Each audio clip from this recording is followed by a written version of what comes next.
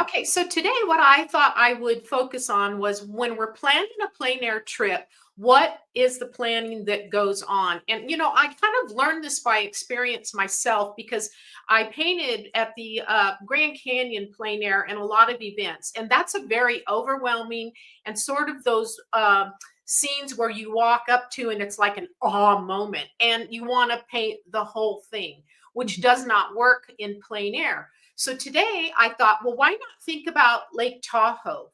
It's a phenomenal location. It's gorgeous. So I pulled a picture from there and I thought I might talk about how to prepare yourself because we work really hard on all of our gear. We get the perfect plein air set.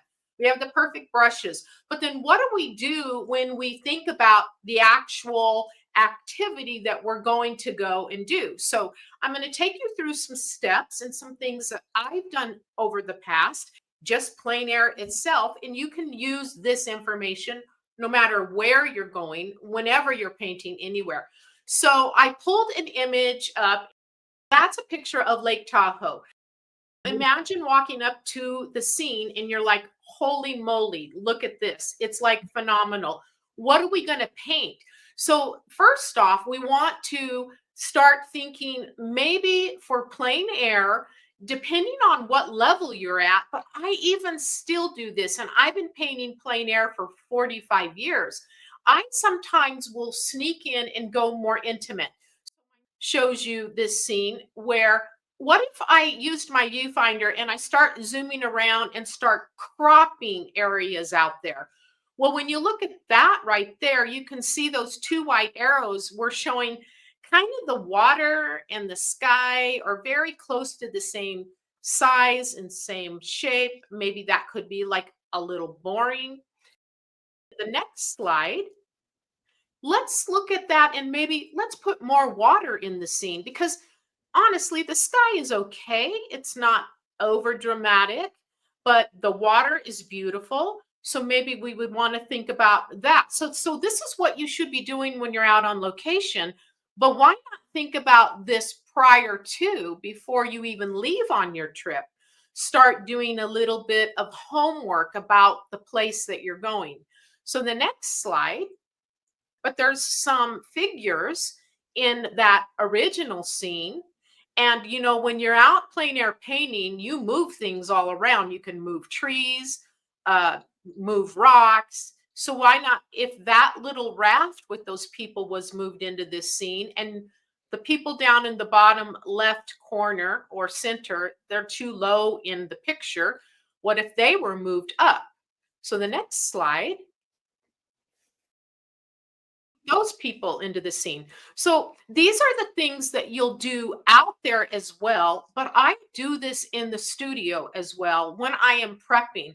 Like there was times when I was doing the Grand Canyon over 15 years and an event, I would do a lot of little studies in the studio before I ever went because what it started doing was setting my mind on the scene and giving me a little bit of a head start.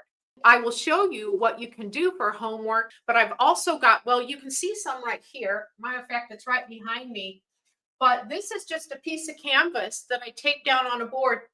These are two little Tahoe studies right here. They're like 4x4. But what I'm doing is kind of just prepping. So if I was brand new at plein air painting, I would find some pictures of Tahoe, and you can find royalty website, free websites can go and just get free pictures because it's just for your own practice. Look up Lake Tahoe, find some images, and just start doing a little studies. And don't try and put pressure on yourself. Like this is one of the Grand Canyon that I did years ago. There's some desert stuff, but these two are Tahoe. So you just don't put the pressure on yourself to. I'm going to pull these up here. And then you can see where I did that with some desert stuff. And these are very small. I mean, there's my hand, so you can see proportion wise. They're like little 4x4s or 4x5 or small. What this does, so this would be the homework that before you go plein air painting anywhere, especially if you're traveling. And so you're investing travel time travel expenses, whatever that might be, why not get the biggest bang for your buck when you're out there? And close up and intimate.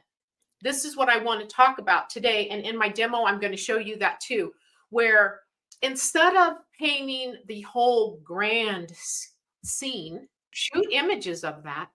But maybe when you condense what you're going to paint, you can do little spots, intimate scenes of some trees and some rocks and maybe a figure in the water.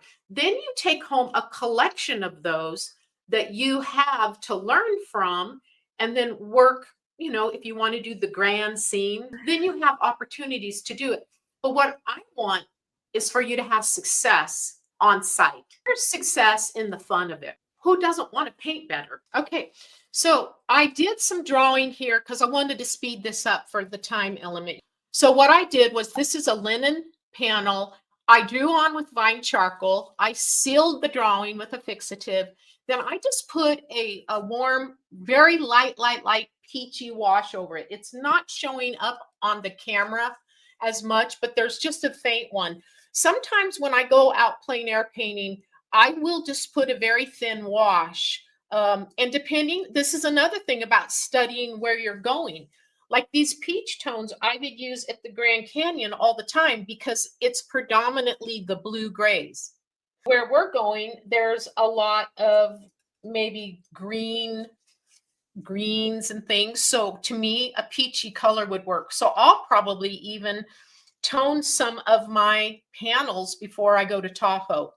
So I just drew it on, and in that reference, by the way, so if you guys can see in that reference, remember I moved people into the scene, but the other thing I did was on the right, you won't probably recall this, but there was only like one tree on the right. I, with my Photoshop, added a couple more trees to make that a bigger shape over there on the right-hand side. And where you see those little stairs coming down on the right, yeah, I'm not all about that. So I'm not putting that in my painting, and I probably wouldn't put it in my painting on site either. It's not all that exciting for me. But there's some extra trees that I photoshopped in for the sake of, hey, I might do that on site too. Unless I'm doing something historical, I do landscaping. I just wanted to say that so you were aware you can do that on site too. So I'm just mixing a little bit of a sap green mixture, and I love to plant my darks. So I'm going to come in here and I'm using Gamsol or a thinner just to thin my paint.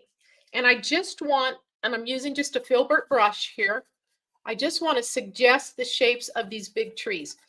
I like to do this. I want to come and pop my mountain in afterwards, because what it does is, for me, it creates a tad bit of a more painterly feeling instead of doing them first. Now I picked up a little bit of transparent red oxide because I love to throw warmth into my greens.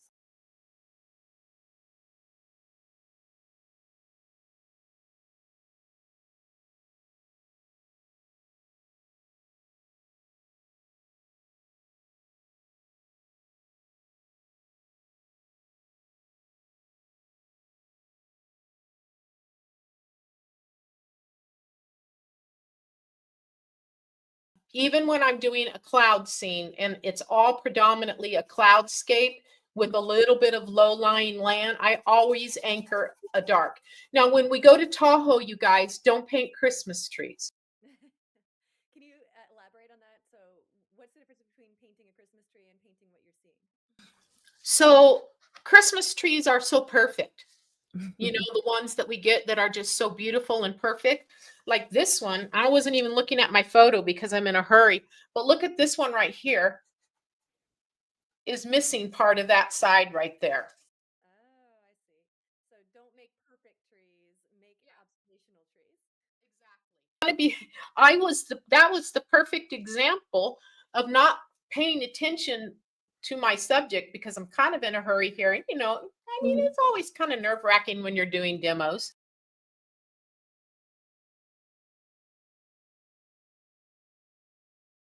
when we're out there painting, don't go on a runaway. You know, we jump on a runaway train where we're like painting away and we're not even looking at the subject.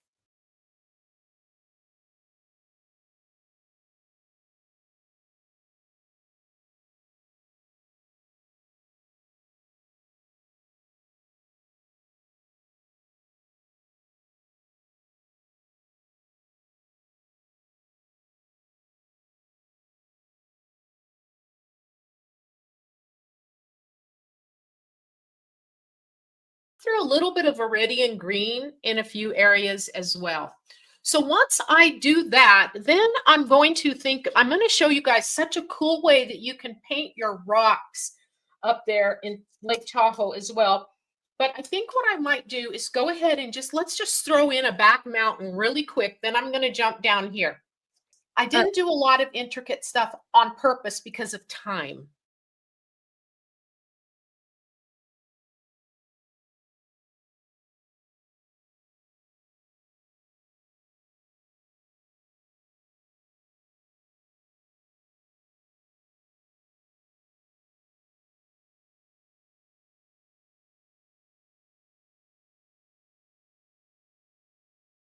What I'm doing here is I just have a beautiful gray blue, which I made some white, some ultramarine blue with a little bit of red, which is a color that I kind of call my air color when I'm teaching.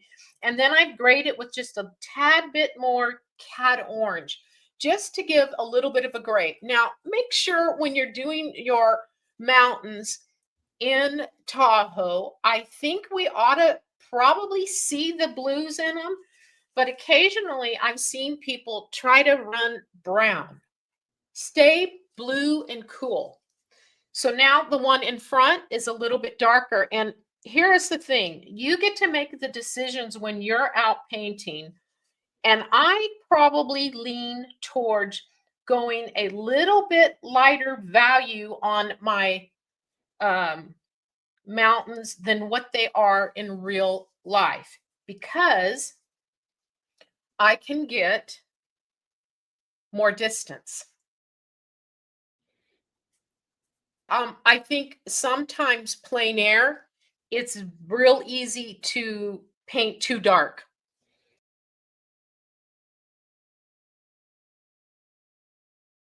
Values will dictate a mood, and values will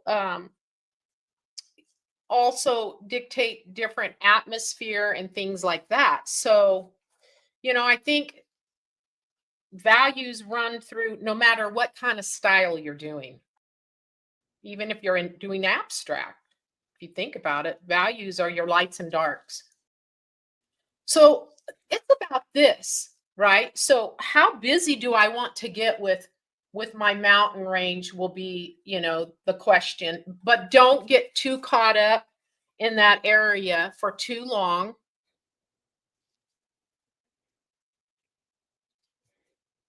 And I'm still mixing red.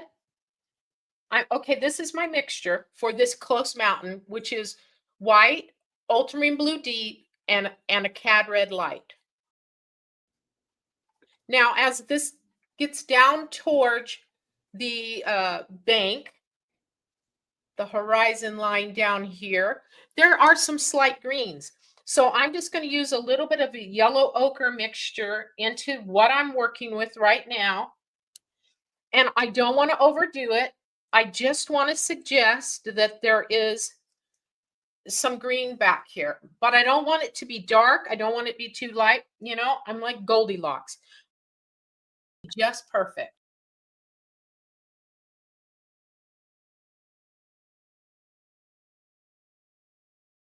If you squint, when I look at my photo, this value is really close. They're a little bit darker over here, but this is where when you're out plein air painting, you got to make that decision.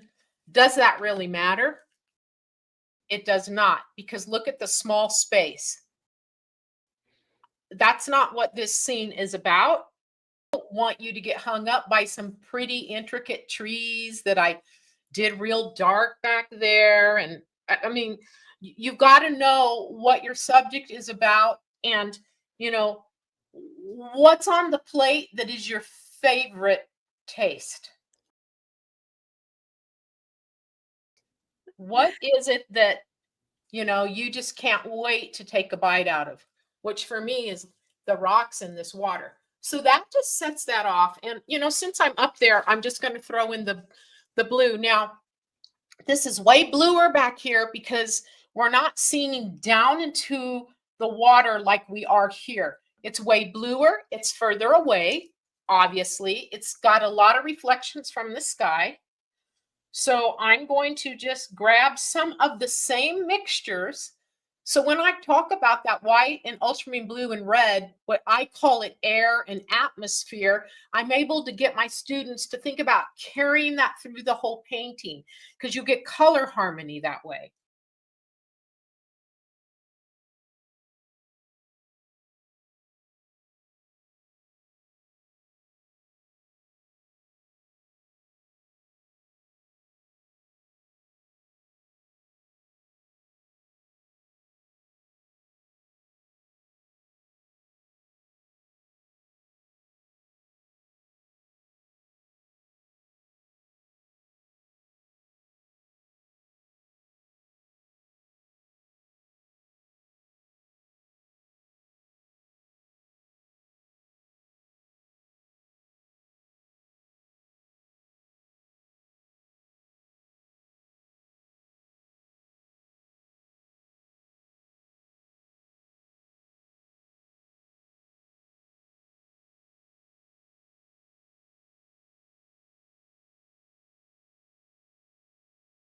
So look how simple. Let's keep that pretty simple. There is a beautiful line of ground back there, and I do like to maybe suggest that a little bit. But again, I'm not going to get carried away with it too much. I'm going to use a little knife and I'm just going to lay it back there. Now, when you put things on like this, you definitely want to break the line, so to speak. Sort of like when you're doing a branch in a tree, don't do the whole thing. Spot it in. Now, this is where my baby finger comes in.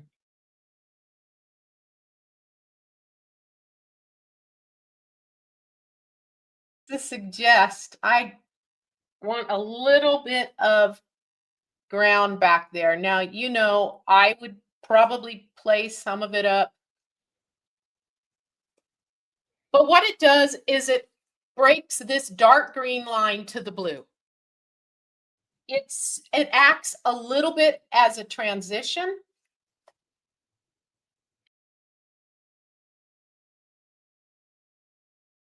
Creates a little bit of a nice transition between the bank and the water. Overdoing it and saying too much.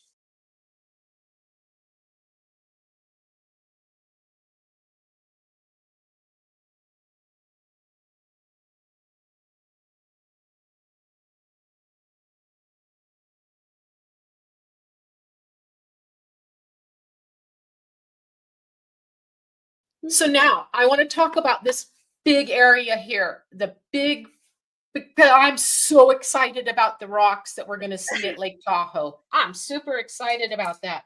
Think abstractly about the rocks. And in the doing of that, we are going to already know we're not going to put all of the rocks in. Less is more. So the first thing I'm going to do is I'm going to I'm using a round brush and I mix my own dark, whether you want to call it a black or just a deep dark. This is ultramarine blue deep and transparent red oxide. So I'm going to throw in some darks.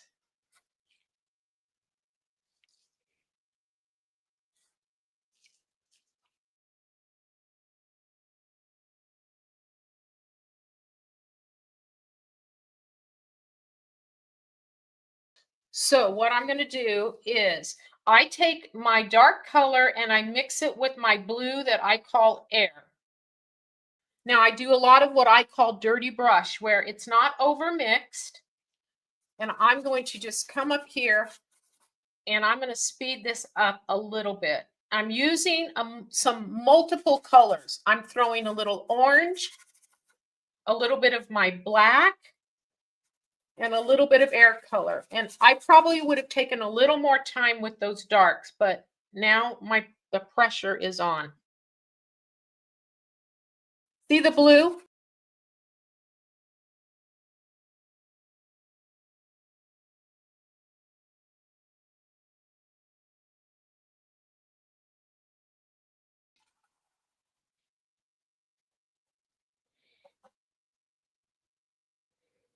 I don't want that straight.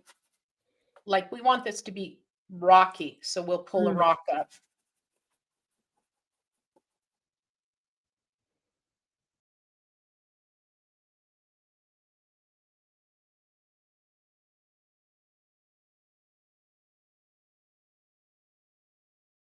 Don't try to paint all of them, first off. Don't look at them in the beginning as, if you look at them in the beginning as an individual rock all the time, you're going to end up painting baked potatoes.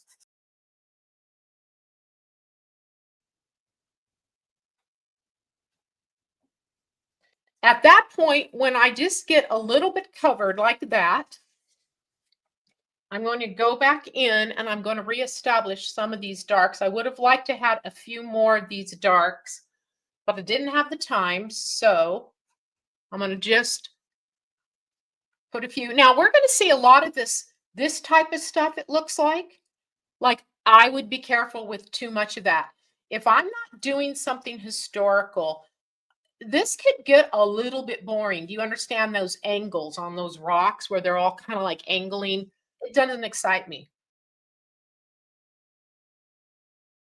So now what I'm going to do is I'm going to see something happen here really quick. This is where I take a half of my paper towel. I wrap it around my finger and I wipe away. And I'm going to dip this in my Gamsol. And I'm going to pick the most important rocks. Like there's a really beautiful light right here. There's one, and I want to make sure I get a little variety in shape. So I'm going to make this one go flat straight across.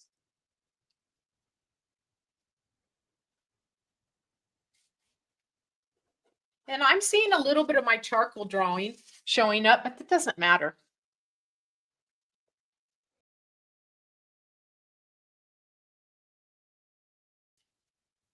Now, 1, 2, 3, 4. How about a few smaller things in here? A few smaller, so we get variety. And again, we don't jump on a runaway train. I mean, we don't do this everywhere. And I'm going to have less going on over here because this is the quiet area. I want to take you here, probably this way through the painting. So I don't want to get too busy over here.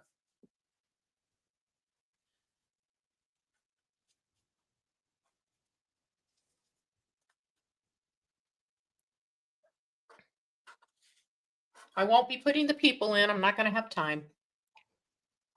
Hopefully I can just throw a little bit of watercolor down in the foreground. But at this point, I just work a little bit of that, and then I pick and choose where I'm going to come back with some thicker paint, and I mix some of the beautiful grays that I see, and I decide where I want some of this really beautiful light. And this is where I love thick paint. So if you can think about thin darks, transparent, and thick fat light, you'll create a little bit of some dimension just with the paint itself. So lights are fat, thick paint, and darks are thin, transparent.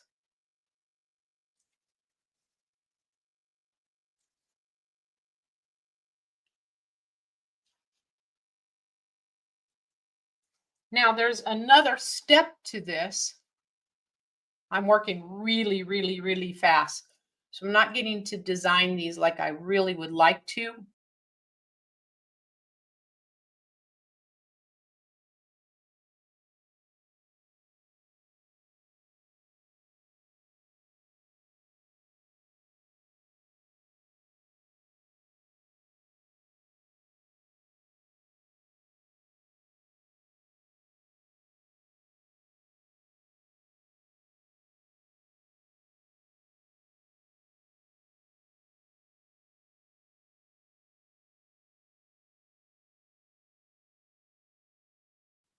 So now go back to your color harmony, the air color. Let's throw some of this on the shadow sides. And I'm going to darken it just a little bit so it's not got too much white, but a tad bit more of a darker tone. It's a little light, that works better. And maybe start getting some color harmony with that beautiful blue that is going to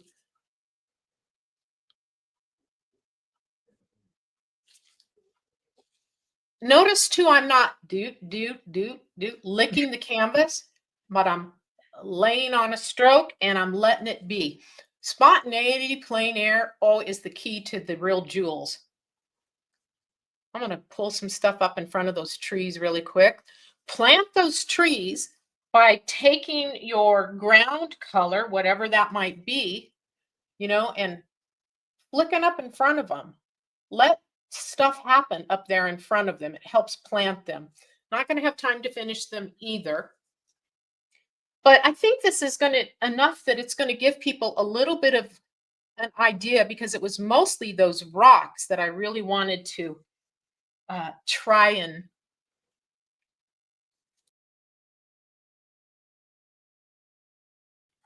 now where you go off the page of a panel or your painting canvas, whichever, you really want to keep those edges quiet. Like this is a little dark going off, so I'm going to just push that back because I want to keep you here. I love this darkness going on right there, because see how it's sort of pulling you back, and you can play that up. Now, I mean, some of this is happening intuitively for me. I am looking at my picture a little bit, but here's the thing. I'm just having fun creating this, and I am letting the painting tell me, "Hey, that's a cool looking rock right there. Let's turn that into a rock." Instead of trying to totally paint exactly what you see, we do work towards that in plein air, but don't lose the creative side of the fun of creating. And lots of enthusiasm in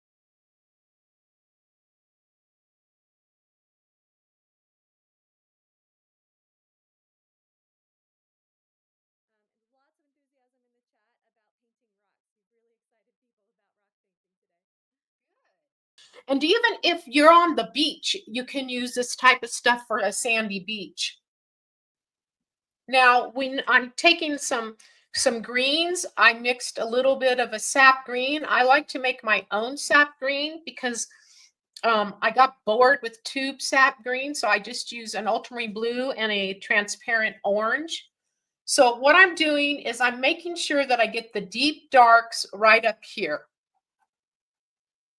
What I do teach about uh, darks and this type of thing, clouds or wherever you are, if you don't get your darks in, you almost don't have anywhere to go. I have found students try to use too much white.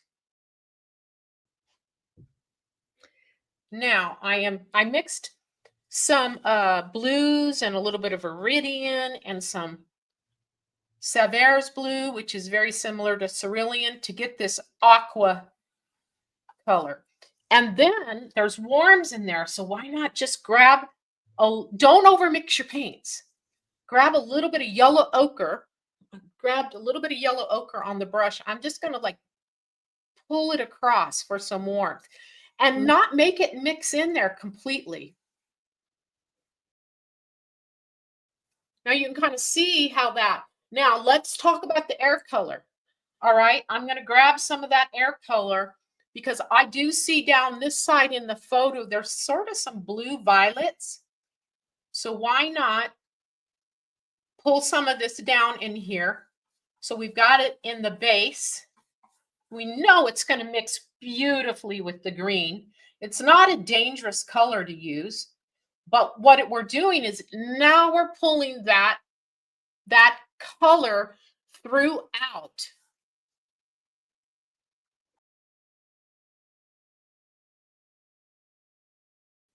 So you can see, and I'm just working really fast because I just want to get some color in here. And I do a lot of horizontal because if you want to get those reflections out there, we're going to need to pull some of that horizontal. We're going to need to actually pull. I don't know what that is. If it's dark rocks, I'm going to find out when we get there. Or I don't know what kind of organic growth is under the water that's making this darker here. I'm not sure. It's been years. I was at Tahoe when I was a kid, but so there's something dark under the water is what I'm telling you.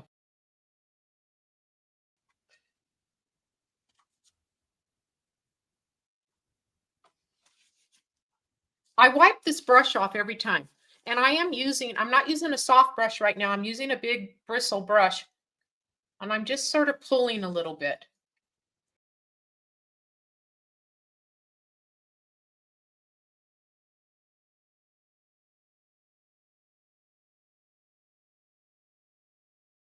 So I started painting when I was 13. My mom bought me my very first set of paints at 13 because I had been to somebody's studio and I was in just so like could not take my mind off of it. So my mom bought me my first set of paints and then I just started. I did take college courses. I did some college in Southern California, but I just wanted traditional painting. They were making me do all this other stuff and I'm a bit of a rebel. And so I just thought that's not what I want to do. So I started searching out little studios where they had teachers teaching. Then as time went on, I found the art schools that are out there. All the places where you're actually going and working with painters who are actually out there, just the blood, sweat and tears of painting. And so that is sort of the pathway I took was all private lessons over the years.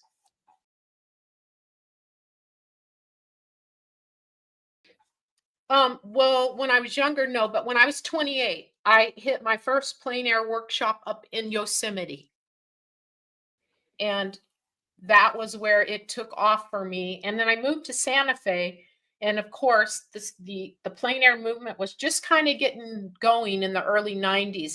So I started painting plein air in Santa Fe and really never looked back. And I'm just throwing color up here. Here's the thing. If you get enough paint up here and color, then again, you can, and I might throw that little raft in there after the fact. So I'm going to leave that spot open. But if you get enough color in here, then you have something to work with. You can see how that's coming along. And again, what is it about? Well, I love the water. Yes. And I would, for me, tweak the water and make it beautiful to add the frosting. So I put this is a white and a lemon yellow. And now I can play this up. So the lighting is in this image looks like it's a little bit up here. It's maybe a little bit of that wax paper slightly going on, wax paper sky, the flood of light. But I'm going to click these top edges with a little bit of paint and knife work because it is so fun. And sometimes you have to knock it back with the brush if you overdo. So you can use more than your brush. You know, your knife will do great work for you. And I'll usually knock those back a little. And now I would have that, and I would probably even play a little bit of sparkle down here in the water. And this is premature, but I would probably play a tad bit of some. I'm gonna do this prematurely, just for the fun of it. But let's say my water is all done and I'm moving along. I would probably take my knife and do a little bit of this in the water where the brightest lights are kind of reflecting. I think you can just barely see that. The sparkle. Yeah, Love the it. sparkle or the frosting, Mm. you know. I try to stay away from talking about too much food. So I would, just as the thought going forward now, I would come back up and I would now, and I left my sky last because when I'm painting landscape, my sky is always last. When I'm painting skyscapes, I drop in a deep dark, I I plant the ground, I anchor my scene, and then I paint all the sky and then the landscape. So that would always happen last, even if I'm out plein air, if I'm doing this much ground. But my finishing point in this is I would come and have so much fun tweaking out this little area right here. So I'd probably bring some beautiful lights, tweaking out this area. I would probably tweak this tree a little bit. And this looks like 1, 2, 3, 4. That's not good. There's supposed to be 3 over here, so I just didn't get to it. But I would tweak the tree out, maybe throw like some pretty glitter, maybe on the top of the mountain, maybe. This would get done a little bit more, but very quiet. It would probably be over here, a little bit kind of like this stuff. I don't want to carry the light over there. Now, if I do put the orange boat in it, so then we might do this type of travel, the orange raft. But anyway, that's where I would take it at this point.